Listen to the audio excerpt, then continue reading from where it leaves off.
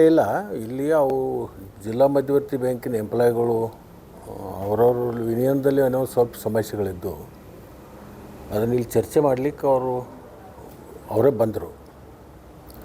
ನಮ್ಮ ಮಧ್ಯದಲ್ಲಿ ಕೆಲವೊಂದು ಭಿನ್ನಾಭಿಪ್ರಾಯಗಳು ಬರ್ತಾಯಿದ್ದಾವೆ. ವಿನಿಯನದಲ್ಲಿ ಅಧ್ಯಕ್ಷರು ನಮಗೆ ಹಣ ಕೊಡಬೇಕು ಅಂತೇಳಿ ಕೇಸಿಂದ ಒತ್ತಾಯ ಆಗ್ತಾ ಇರ್ತದೆ. ಈ ವಿಷಯ ನಮ್ಮ ಮಧ್ಯದಲ್ಲಿ ಚರ್ಚೆ ಮಾಡ್ತಕ್ಕಂಥದ್ದಲ್ಲ, ನೀವು ಹೊರಗಡೆ ನಿಂತ್ಕೊಂಡು ನಿಮ್ಮದು ನೀವು ಮಾಡ್ಕೋಬೇಕು ಅಂತಂದು ಇಷ್ಟು ಚರ್ಚೆ ಮಾಡಿದ್ರು ಅವರು. ನಾನು ಹೇಳಿ ಕಳಿಸಿದೆ, ನಿಮ್ಮಲ್ಲಿ ಏನೋ ಭಿನ್ನಾಭಿಪ್ರಾಯ ಇದ್ದಾವೆ ಅದನ್ನು ನಿಮ್ಮಲ್ಲೇ ಬಗೆಹರಿಸ್ಕೊಡ್ರಿ ಅಂತ ಹೇಳಿದೆ ನಾನು. ಆಮೇಲೆ ಹೊರಗೆ ಅಲ್ಲಿ ಶ್ರೀಕಾಂತ್ ಆಲೂರು ಅಂತಕ್ಕಂಥ ಒಬ್ಬ ಹುಡುಗರು ನಮ್ಮ ಕಾರ್ಯಕರ್ತ, ಈ ವಿಷಯ ಇಲ್ಲಿ ಯಾಕೆ ತಂದಿರಿ, ಅದು ನಿಮ್ಮಲ್ಲೇ ಬಗೆಹರಿಸ್ಕೊಡ್ರಲ್ಲ, ಇದನ್ನು ಸಾಹೇಬ್ರ ಕಡೆ ಯಾಕೆ ತಂದಿರಿ ಅಂತ ಕೇಳಿದಾಗ ಅವಾಗ ಆವಾಜ್ ಶಬ್ದದಿಂದ ಬೈದರು. ಯಾರಿಗೂ ಶ್ರೀಕಾಂತ್ ಆಲೂರ್ಗೆ ಅವಾಗ ಜಾತಿ ನಿಂದನೆಯೂ ಮಾಡಿದರು. ಆಮೇಲೆ ಅವರವರಲ್ಲಿಗೆ ಅಲ್ಲಿ ನೂಕಾಟಾಗಿ ಆಮೇಲೆ ಇಲ್ಲಿಂದ ಹೊರಗೆ ಕಳಿಸಿದ್ದಾನೆ. ಇನ್ನೇನೋ ಇದ್ರೆ ಜಗಳ ಮಾಡ್ಕೊಂಡು ಹೋದ್ರೆ ಹೊರಗೆ ಹೋಗ್ರಿ ಅಂತ ಕಳಿಸಿದ್ವಿ.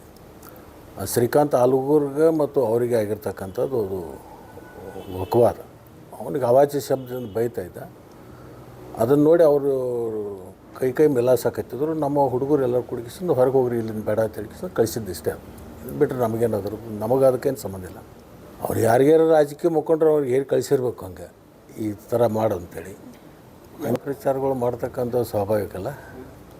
ಈಗ ಅರ್ಧ ಅವಧಿ ಆಗೈತೆ, ಮುಂದಿನ ಅರ್ಧ ಅವಧಿ ಒಳಗೆ ಇಂಥವೆಲ್ಲ ನಡೀತಿರ್ತಾವೆ. ಅದನ್ನೆಲ್ಲ ಬಡಿದು ಇಲ್ಲೇ ನಮ್ಮ ತಾಲೂಕದಾಗ ಆಗಿರ್ತಕ್ಕಂಥದ್ದು ಸ್ವಾಭಾವಿಕ. ಯಾರಾದರೂ ಅದ್ರದ್ದು ಹೂಡಿರಬೇಕು. ಅದ್ರದ್ದು ಮುಂದೆ ತನಿಖೆ ಆದಮೇಲೆ ಗೊತ್ತಾಗತ್ತೆ. ಅದು ತೆಗಿತೀವಿ ಅದನ್ನು ಏನಾದ್ರು ಅನ್ನೋದು.